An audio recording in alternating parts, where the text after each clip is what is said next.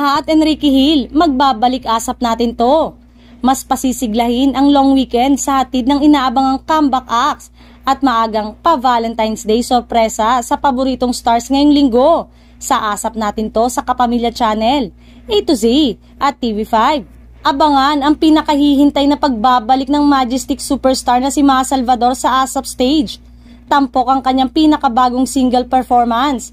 Marami ang nagdiriwang sa muling pagbabalik ng aktres at queen of the dance floor na si Ma Salvador. Habang may malaking comeback din ng Kapamilya Heartthrob at lead star ng I Am Not a Big Bird na si Enrique Hill. Nagbabalik na sa pelikula ang aktor na si Enrique Hill matapos ang 3 taong pamamahinga nito. Talaga namang pinatunayan ni Enrique na sa kabila ng kanyang ilang taong pagpapahinga sa showbiz ay mananatili pa rin siyang kapamilya.